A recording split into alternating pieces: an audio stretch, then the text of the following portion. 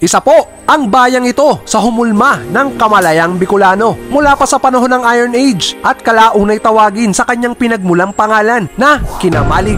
Ayon po sa gobyerno ng Kamalig Albay, natuklasan umano ni Father Cayetano Sanchez sa mga talaan ng mga paring Franciscano sa bayan ng Pastrana, Spain. Nang unang tumapak ang mga Kastila dito'y pinangunahan ito ni Kapitan Luis Enriquez de Guzman taong 1569. Inabutan niyang may komunidad na dito at malawak na sakahan. Napansin niyang gawa ang mga tahanan nila sa mga cogon grass na walang mga dingding na siyang storage din ng kanilang mga ani. Kalaunay ikinonvert ng mga paring Augustino ang mga tao, ngunit umalis sila at ipinagpatuloy ng mga Franciscano taong 1578. Lumipas ang isang taon at itinatag ang bayang ito na kilala na natin sa kasalukuyan niyang pangalan. Dumanas man ng maraming pagbabagot na hati ang ambos Camarines ay nanatiling matatag ang bayang ito.